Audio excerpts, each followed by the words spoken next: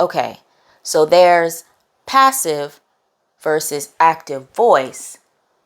Then there's passive, assertive, aggressive communication. But then there's also indirect and direct communication. So I'm going to shed a little bit of light on various different communication styles that you may have heard of. For a more in-depth exploration of these terms and topics, I'll leave some more links in the description box below. But after today's talk, hopefully you'll have a better understanding of these terms, what they mean, and when to use what, where, and why. So you may have heard of 4 communication styles. This includes passive communication, assertive communication, passive aggressive communication, and aggressive. So let's talk about them individually. A passive communicator avoids communicating their wants and needs, whether out of a lack of confidence or fear.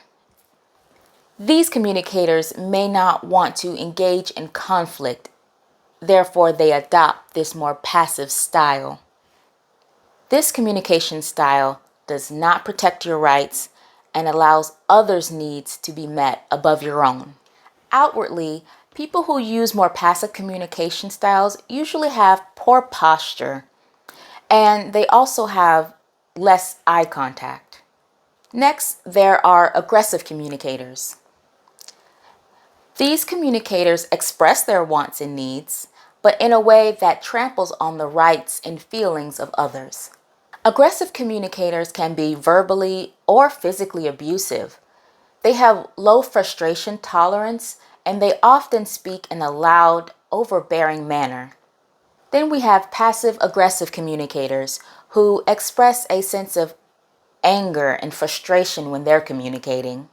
They feel that they may lack the skills needed to address conflict. Therefore, they may avoid it and use this passive-aggressive communication style. These communicators may whisper negative comments. Their outward expression usually does not match the words that they say or their inward feelings. And they may deny that there's an issue when they're confronted. Last, we have assertive communicators. These communicators advocate for themselves. They express their wants, needs, and desires, but not in a way that tramples on or limits the needs of others.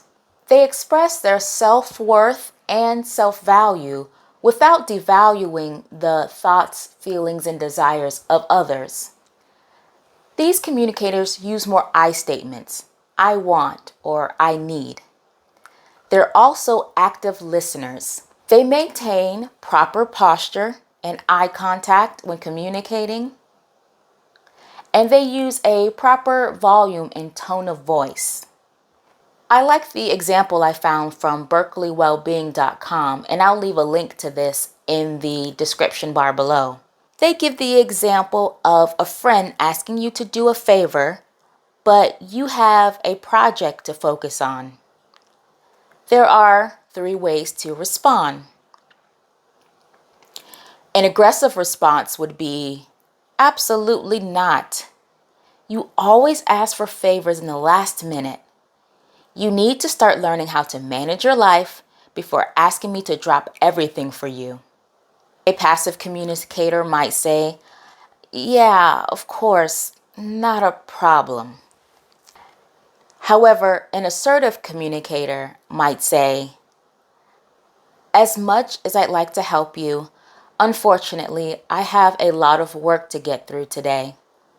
I hope you're able to find someone else, though. So now let's talk about passive versus active voice. What is this? In this instance, voice refers to the form of the verb that helps express when a subject does an action versus when a subject receives an action. When you write or say a sentence in an active voice, the subject performs the action. When you use a passive voice, the subject receives the action. So, an example of an active sentence would be, Paul cut my grass. An example of a passive sentence would be, my grass was cut by Paul. Active sentences express what people or things do, whereas a passive sentence expresses what happens to a person or thing.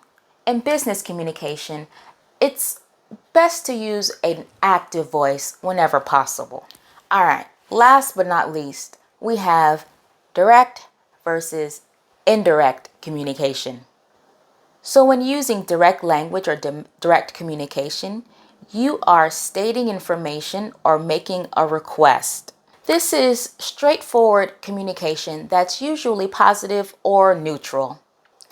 Indirect language is more subtle, and it's a way to communicate using buffers or additional information. An example of direct language would be to send an email that states, we have a meeting today at 2 o'clock in the conference room to discuss sales. An example of indirect communication would be, hi, how are you? I hope you are well. I hope you're having a good day. Our last quarter sales were not looking too good, and we want to get together for a meeting to discuss the issues that we found. So we're going to have a meeting today at 2 o'clock in the conference room. So as I said, with direct communication, this is mostly expressed when information is neutral or even positive. If information is on the negative side, then it may be beneficial to use indirect communication. However, it also depends on your audience. A former mentor of mine mentioned that she used 2 different communication styles with 2 members of the leadership team in our organization. So one individual responded best to direct communication. He was a busy man. He let it be known he was busy, and he wanted, as I like to say, meat and potatoes. When you meet with this individual, you have your information prepared with all the facts, details, and you're ready to go as soon as you enter the room. However, another member of the leadership team was more indirect in his communication style. When you met with him, you would sit down, talk about your families, how things were going at work and at home. And you may even start with background information regarding the meat and potatoes. So we spoke about the 4 communication styles: assertive, passive, passive-aggressive, and aggressive. Of course, it's always best to lean towards an assertive communication style, especially at work. However, I will leave a link below that describes situations where you might want to use more passive communication, especially to de-escalate a situation. I spoke about active and passive voice, and again, in business settings, it's always best to use the active voice as much as you can. However, there are also exceptions to this rule, so I will leave a link below to discuss that a little bit more. And finally, we have indirect versus direct language. And as I mentioned, different situations, especially more neutral and positive information, may be best expressed with direct communication, whereas negative information or people who prefer indirect communication styles might prefer having information indirectly. It should also be known that indirect versus direct communication could also be cultural in nature. Some cultures might find direct communication to be rude, while other cultures are used to being more direct. So when you're communicating with someone who may have a different cultural background than you, it might be best to do your research and figure out which communication style they might respond to best. All right, that's all I have. I hope you learned something today. So I'd like to give you a challenge. This week, I want you to pay attention to your communication styles. Are you more passive or assertive? Do you use more active sentences or passive sentences? Are you indirect in nature, or do you prefer a more direct approach?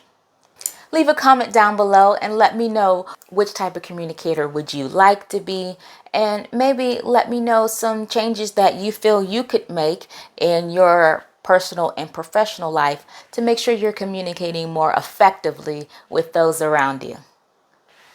All right, thank you for watching. Subscribe to my channel and hit the bell notification. Give me a thumbs up if you would.